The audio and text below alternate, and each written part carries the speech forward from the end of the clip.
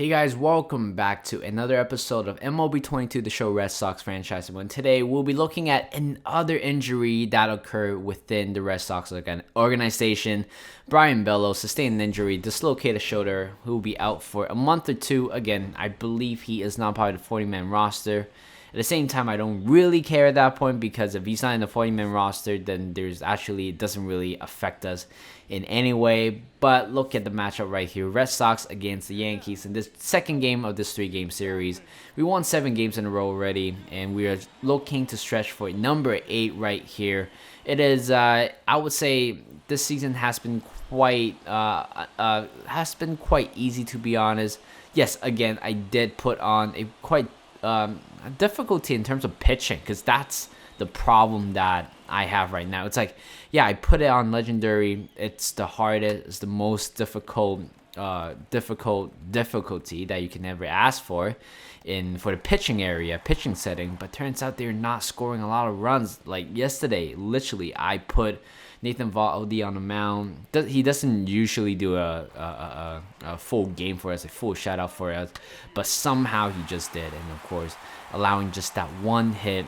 And of course, that kind of makes me doubt, like, am I actually pitching on legendary, or do I need to kind of balance out in terms of my batting? Because as I said before, for batting, I turned it on to All-Star, which is suitable for me, to be honest. Just like a good amount of hits, good amount of home runs as well. But when I put that to the next level, I believe is Hall of Fame. Then I stop. Then I actually suck swinging at bats.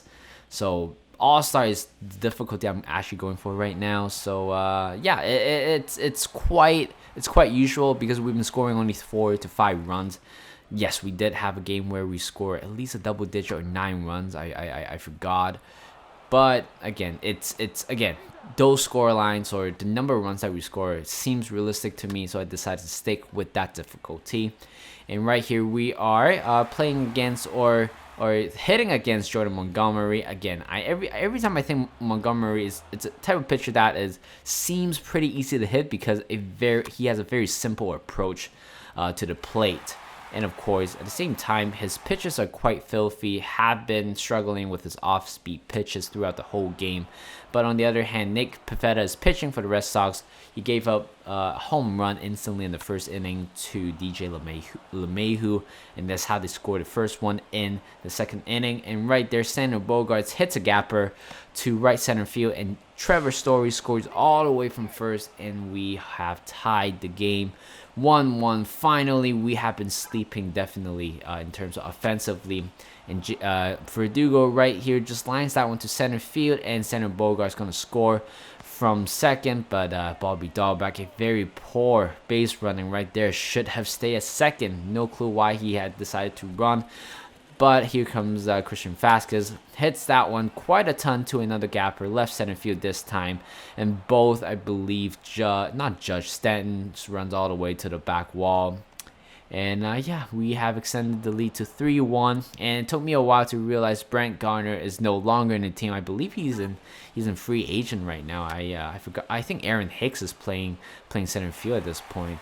So right there, here comes another run right there. 4-1. Jonathan Aouz finally contributed in the scoreboard 4-1 with leaving man on first and third with no out. Josh Taylor will be coming on to replace Nick Pivetta at the bottom of the 6th. And here, this is his 3rd game of the season. He previously had a save, but again, in terms of the save situation, could be anybody at this point. But you know what? I'm just trying to rotate around, play around with my relievers. They all seems pretty good despite the rating wasn't as high as I thought they would be. But anyway, Josh Taylor completed a perfect 1-2-3 inning.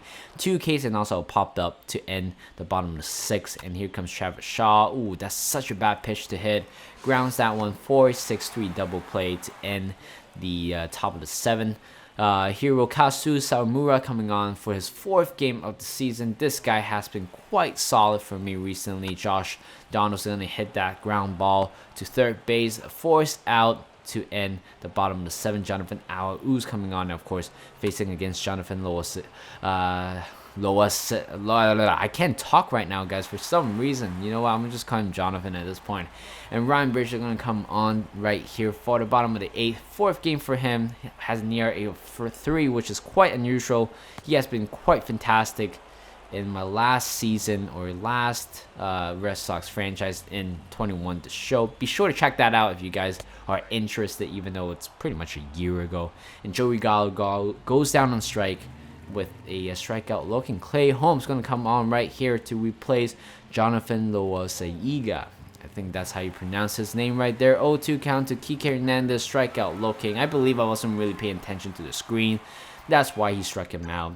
And JD Martinez right here guesses that pitch pretty much down the middle, but slides that one. And good recovery by the second baseman.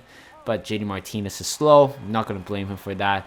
And Jake Diekman going to come on right here, making his 4th game of the season. And he is going to close this one just like he did on the third, or the finale of the 3-game series against the Red Sox against the Yankees in real life. And right there, he got his save. First save for him this season. And that's how we ended the game, 4-1. Yes, again, offensively wasn't as sharp. But you know what? I will take that 4 runs. But at the same time, Yankees just they only scored 1 run with 3 hits, and that's the homer that we gave up. Pivetta gave up that home run in the first inning, and Jordan Montgomery is going to pick up that loss right there and play up the game. Nick Pivetta, I'm not sure about that, because I feel like there might be better candidates out there. But anyway, he pitched 5 innings, allowing 2 hits, 1 walk, and also 1 earned run, and striking out 3. And Montgomery takes the loss, and Jake Diekman earns his first save of the season. So thank you guys for watching. Hope you guys enjoyed this video. Like this video, subscribe to my channel, and I'll see you guys in a bit.